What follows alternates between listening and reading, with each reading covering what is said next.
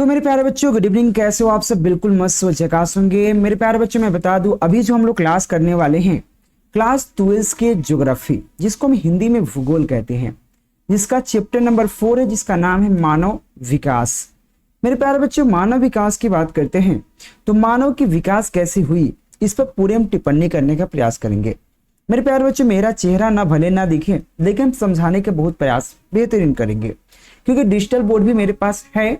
अगर आप लोग बोलोगे तो डिजिटल बोर्ड पे भी पढ़ाएंगे, लेकिन ऐसे होता क्या है कि समय थोड़ा कम लगता है और आराम से समझाती जाती है। ठीक है, तो हम लोग जो अभी पढ़ने वाले हैं ज्योग्राफी का चैप्टर 4 मानव विकास का टॉप 10 सब्जेक्टिव क्वेश्चन। इसका हम हर चैप्टर का टॉप 10 सब्जेक्टिव क्वेश्चन पढ़ाएंगे बिहार बोर्ड एग्जाम के लिए। चलिए लेक्चर को शुरू करते बिना देरी किए हुए। तो सबसे पहला क्वेश्चन आपको आने से पहले मैं बता दूं, पढ़ रहे हैं 12 का ज्योग्राफी, क्लास 12 का मानव विकास। WW स्टडी के यूट्यूब चैनल पर सब्सक्राइब कर लीजिएगा। तो सबसे पहला क्वेश्चन कहता है 4 पंचम क्रियाकलापों का उल्लेख करें। यानी कि 4 पंचम क्रियाकलाप कौन कौन से हैं? तो कृषि हो गए, पशुपालन हो गए, मत्स्य पालन हो गए, वन उत्पादन हो गए। ये सब क्या है बेसिकली आपके 4 पंचम हैं जो बेसिकली क्रियाकलाप है, जिसके हम लोग उल्लेख करेंगे अभी। ठीक है, तो आप सभी से रिक्वेस्ट है कि एक बार आप लोग अपने तरफ से शेयर जरूर कर लीजिएगा, ताकि मुझे भी अच्छा लगे, पढ़ाने में मजा आए। ठीक है, तो 4 पंचम कौन कौन से मैं आपको बता दिया, जिसमें से आपका कृषि हो गए, आपको साथ में आपको कृषि की बात करें मत्स्य पालन हो गए, मत्स्य पालन, उसके बाद पशुपालन, वन उत्पादन। तो क्या क्या होता है? कृषि अनाज और अन्य का फसलों का खेती, जिसमें अनाज और अन्य फसलों की खेती की जाती है, उसे कृषि कहते हैं। बात करते पशुपालन, जिसमें मवेशी और अन्य जानवरों का देखभाल की जाता है, उसे हम लोग पशुपालन कहते हैं। मत्स्य पालन, जिसमें मछलियों का पालन एवं उत्पादन की जाती है, उसे मत्स्य पालन कहते हैं। वन उत्पादन, जिसमें लकड़ियों और अन्य वन उत्पादन का देखभाल या संरक्षण की जाती है या संग्रहण होता है, उसे हम लोग वन उत्पादन कहते हैं। ये इसके लिए 4 पंचम क्रियाकलाप है जो आपके लिए काफी महत्वपूर्ण है। तो ये आपको याद रखना, कृषि क्या है? जिसमें अनाज एवं अन्य फसलों की खेती की जाती है। पशुपालन, जिसमें मवेशी और अन्य जानवरों की देखभाल की जाती है। मत्स्य पालन, जिसमें यहाँ पे क्या हो जाता है, मछलियों का पालन उत्पादन की जाती है। वन उत्पादन, जिसमें लकड़ियों और अन्य वनों की संरक्षित की जाती है। ये इसके लिए 4 पंचम क्रियात्मक है और ये क्वेश्चन 2018 के एग्जाम में पूछ चुका है। मेरे प्यारे बच्चों, मैं बता दूं, मेरे तरफ से जो भी परिभाषा बनाया जाता है, ये अपने से डिफिनीशन बनाया गया है, किसी बुक और किसी गेस का नहीं होता है। गेस और बुक में जो परिभाषा देखे होंगे आप, वो बहुत बड़ा बड़ा होता है, जो आप शायद उसको याद नहीं कर सकते हैं। इस तरह से PDF नोट्स तैयार किया गया है आप सभी के लिए, बहुत छोटा छोटा परिभाषा के साथ। तो यह क्वेश्चन PDF नोट्स प्राप्त करने के लिए दिए गए नंबर पर कांटेक्ट कर सकते हैं। ऑल सब्जेक्ट का मिल जाएगा। मानव विकास के 2 मूलभूत क्षेत्र कौन कौन से हैं? तो मानव विकास के 2 मूलभूत क्षेत्र की बात करते हैं, कौन कौन से हैं? चलिए बात करते हैं। एक क्वेश्चन 2019 और 2021 के एग्जाम में पूछा गया है। देखिए, मानव विकास के यहाँ पे 2 या 3 मूलभूत क्षेत्र निम्नलिखित है, जिसमें से स्वच्छता है और शिक्षा है।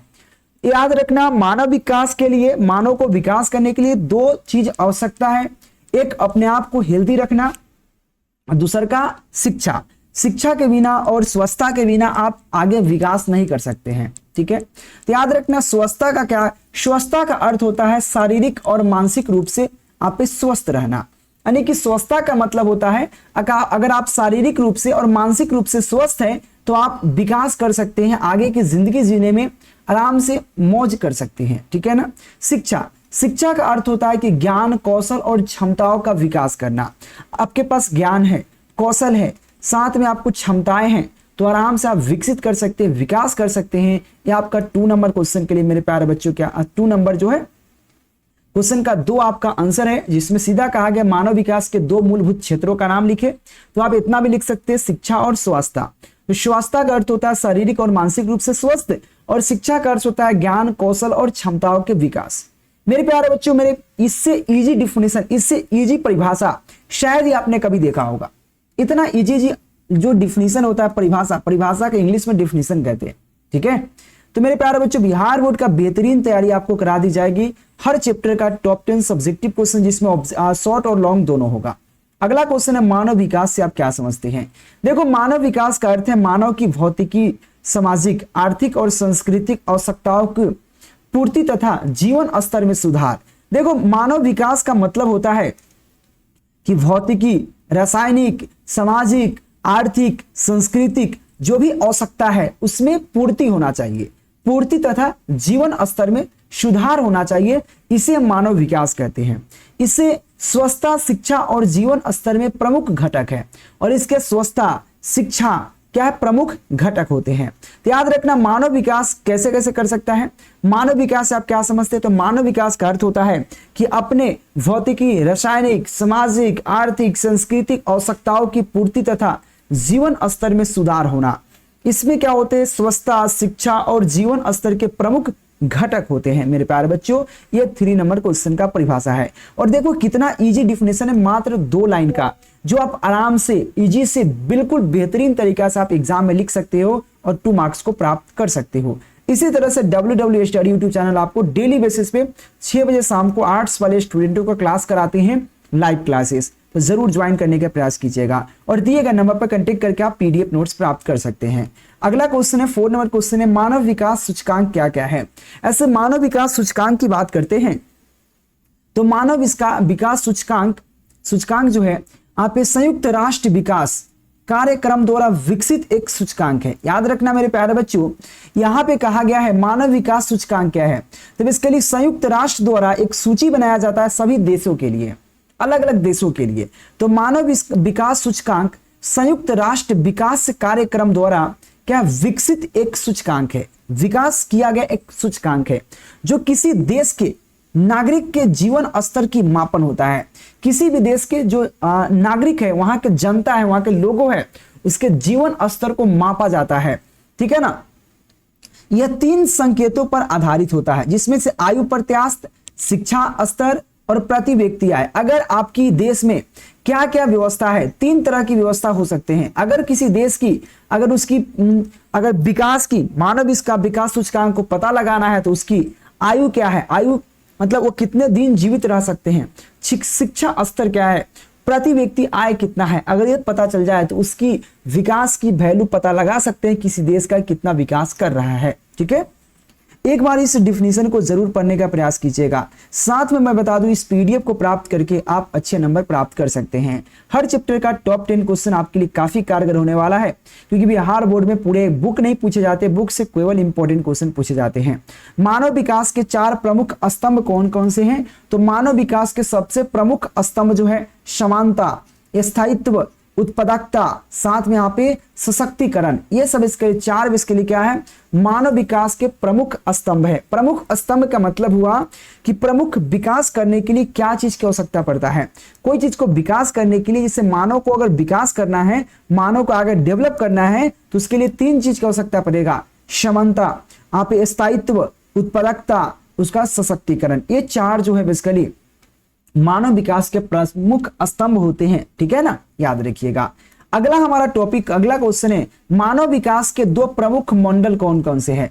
तो मानव विकास के प्रमुख 2 मंडल क्या है, आय आधारित मंडल और मानव केंद्रीय मंडल। आय आधारित मंडल और मानव केंद्रीय मंडल क्या है, मानव विकास के 2 प्रमुख मंडल होते हैं। ये हम लोग पढ़ रहे हैं क्लास 12 के ज्योग्राफी का चैप्टर 4 मानव विकास, ठीक है, जो कि महत्वपूर्ण चैप्टर माना जाता है WW स्टडी के यूट्यूब चैनल पर। मेरे प्यारे बच्चों, अगले क्वेश्चन की बात कर लेते हैं। क्वेश्चन है, भारत में मानव विकास का स्तर कैसा है। तो भारत में जो मानव विकास का स्तर जो है, विकास के लिए क्या है, तो वो इसके विकासशील है। कैसे, मैं बताता हूं। भारत में मानव विकास सूचकांक मध्य श्रेणी में आता है। याद रखना, भारत में जो आपका मानव विकास का स्तर है वो मध्य श्रेणी में आता है। भारत ने शिक्षा, स्वच्छता के क्षेत्र में सुधार किया, लेकिन अभी भी असमानता और गरीबी की आप समस्या बनी हुई है। यानी कि देखो, भारत में देखो शिक्षा और स्वच्छता को सुधार कर चुका है, अभी भी देखो विकासशील और विकसित देश में बहुत फर्क है। विकसित देश वह होता है जहां पे शिक्षा, स्वच्छता और असमानता और गरीबी कोई सभी को सुधार हो चुका हो, जिसमें कोई दिक्कत ना हो, गरीबी भी खत्म हो चुका हो, असमानता भी खत्म हो चुका हो, साथ में इसके लिए क्या होना चाहिए, वहां के शिक्षा और स्वच्छता का भी बेहतरीन हो। और विकासशील देश क्या होता है, जिसमें 2 कमी हो, जैसे शिक्षा स्वच्छता का सुधार कर लिया भारत, लेकिन अभी भी भारत में गरीबी और असमानता बनी हुई है, यह समस्या बनी हुई है, इसलिए भारत हमारा विकासशील देश कहलाता है। ठीक है, अगला हमारा क्वेश्चन 8 नंबर क्वेश्चन है। ये क्वेश्चन बेसिकली 5 मार्क्स के लिए मोस्ट इंपॉर्टेंट है। ये वीवीआई क्वेश्चन माना जाएगा 5 मार्क्स के लिए। क्वेश्चन कहता है मानव विकास सूचकांक के घटकों का वर्णन करें। देखिए मानव विकास सूचकांक के घटक ऐसे 3-4 हैं।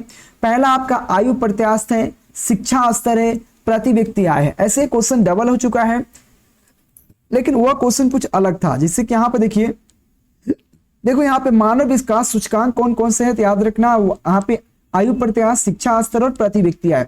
इसी को यहाँ पे थोड़ा विस्तार में पूछा कि मानव विकास सूचकांक के घटकों का वर्णन कीजिए। यहाँ पे उसको वर्णन करके बताइए।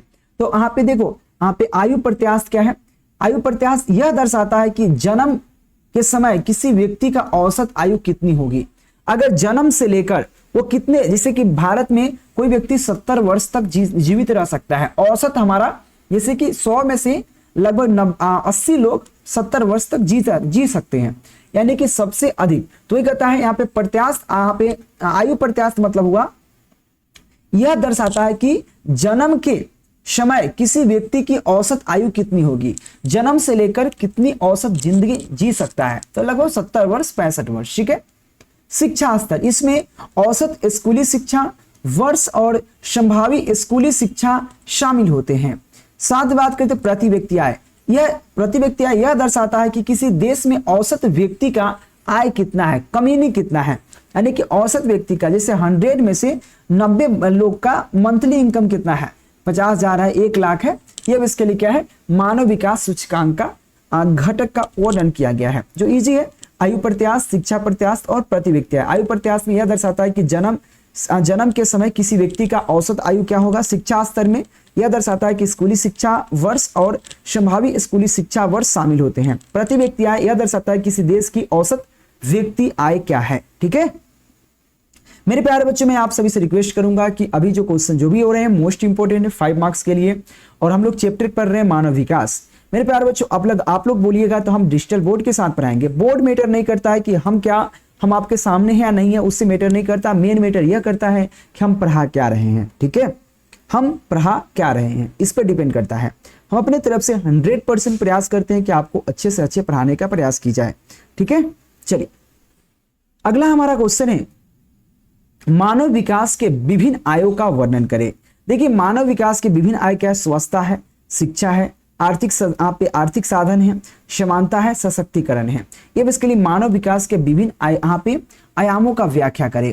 देखो मानव को अगर विकास करना है तो शिक्षा होना चाहिए, स्वस्थता होना चाहिए, आर्थिक यहाँ पे साधन होना चाहिए, समानता होना चाहिए, सशक्तिकरण होना चाहिए, तभी कोई मानव विकास कर सकता है, ठीक है। मेरे प्यारे बच्चों ध्यान दीजिएगा, और आप सभी को इससे मैं रिक्वेस्ट करूंगा कि पीडीएफ नोट्स प्राप्त कर लीजिए। बिहार बोर्ड के लिए बेहतरीन, अगर 400 प्लस करना है तो आप आराम से यहाँ नोट्स प्राप्त करके कर सकते हैं, ठीक है।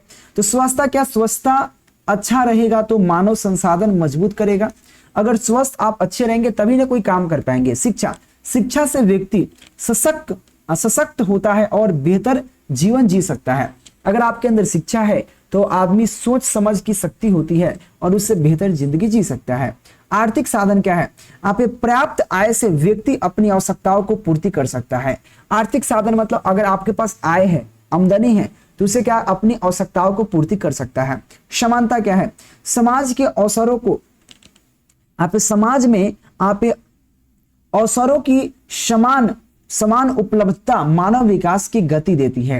याद रखना, समाज अगर एक साथ चलेगा तो मानव विकास को गति प्रदान करेगा। सशक्तिकरण क्या है, लोगों को निर्णय लेने की स्वतंत्र देना विकास की टिकाऊ बनता है, और लोगों को निर्णय लेना ही सबसे बड़ी आपको क्या है, मानव विकास का एक महत्वपूर्ण हिस्सा है। जैसे सशक्तिकरण, आपको फ्रीडम है कि कोई भी आप निर्णय ले सकते हैं, ये आपके अंदर होना चाहिए। ये मानव विकास के विभिन्न आयामों का व्याख्या है जो आपको 5 मार्क्स में क्वेश्चन पूछ सकता है। मोस्ट इंपोर्टेंट है, याद रखना। मेरे प्यारे बच्चों, नेक्स्ट क्वेश्चन क्या है, विश्व में मानव विकास का क्षेत्रीय वितरण क्या है। देखो ऐसे बात करते हैं, कुछ देश ऐसा है जिसमें से मैं नाम लेता हूं, अमेरिका, कनाडा, यहाँ पे जापान, पश्चिमी यूरोप। ये जो भी विकास देश है, मानव विकास का बहुत अच्छा उच्च स्तर से विकसित हो रहा है। इसमें शिक्षा, स्वास्थ्य, प्रति व्यक्ति आय उच्च स्तर पे है। लेकिन हमारा भारत, पाकिस्तान, बांग्लादेश आदि मानव विकास का स्तर मध्य है, मतलब ये निम्न है। तो देखिए आप यहाँ पे विश्व में मानव विकास के क्षेत्रीय वितरण है, किस तरह से, चलिए देखते हैं। तो मेरे प्यारे बच्चों देख सकते हो यहाँ पे मैं बता दूं आपको, एक मिनट, हाँ यहाँ पे कहा विश्व के विकसित देशों के जैसे अमेरिका, कनाडा, जापान, पश्चिमी यूरोप में मानव विकास का स्तर बहुत उच्च है। यहाँ शिक्षा, स्वास्थ्य, सेवा और प्रति व्यक्ति आय उच्च स्तर पर है, इसी हम इसको विकसित देश कहते हैं। विकासशील देशों जैसे भारत, पाकिस्तान, बांग्लादेश आदि में मानव विकास का स्तर मध्य है या निम्न है, इसे हम लोग विकासशील देश कहते हैं। ठीक है मेरे प्यारे बच्चों, यहाँ पे टॉप 10 क्वेश्चन इस चैप्टर का खत्म हो गया। मैं आपको डेली शाम को 6 बजे आर्ट्स वाले स्टूडेंटों का डेली मैं क्लास करा दूंगा। याद रहे मेरे प्यारे बच्चों, आपको मोस्ट इंपोर्टेंट क्वेश्चन का क्लास चलेंगे जो कि आपको 400 प्लस करने के लिए इनफ होगा। अगर आप 450 प्लस करना चाहते तो उनके लिए भी इनफ है। ठीक है, तो इतना जरूर पढ़ने के प्रयास कीजिएगा। अगर किसी प्रकार की दिक्कत या परेशानी हो तो दिए गए नंबर पर संपर्क कर सकते हैं या कमेंट बॉक्स में कमेंट खाली है, आप कमेंट कर सकते हैं। और WW स्टडी यूट्यूब चैनल को सब्सक्राइब जरूर कर लीजिएगा। मैं आप सभी से हाथ जोड़ कर रिक्वेस्ट कर रहा हूँ। थैंक यू मेरे प्यारे बच्चों, जय हिंद, टेक केयर, थैंक यू।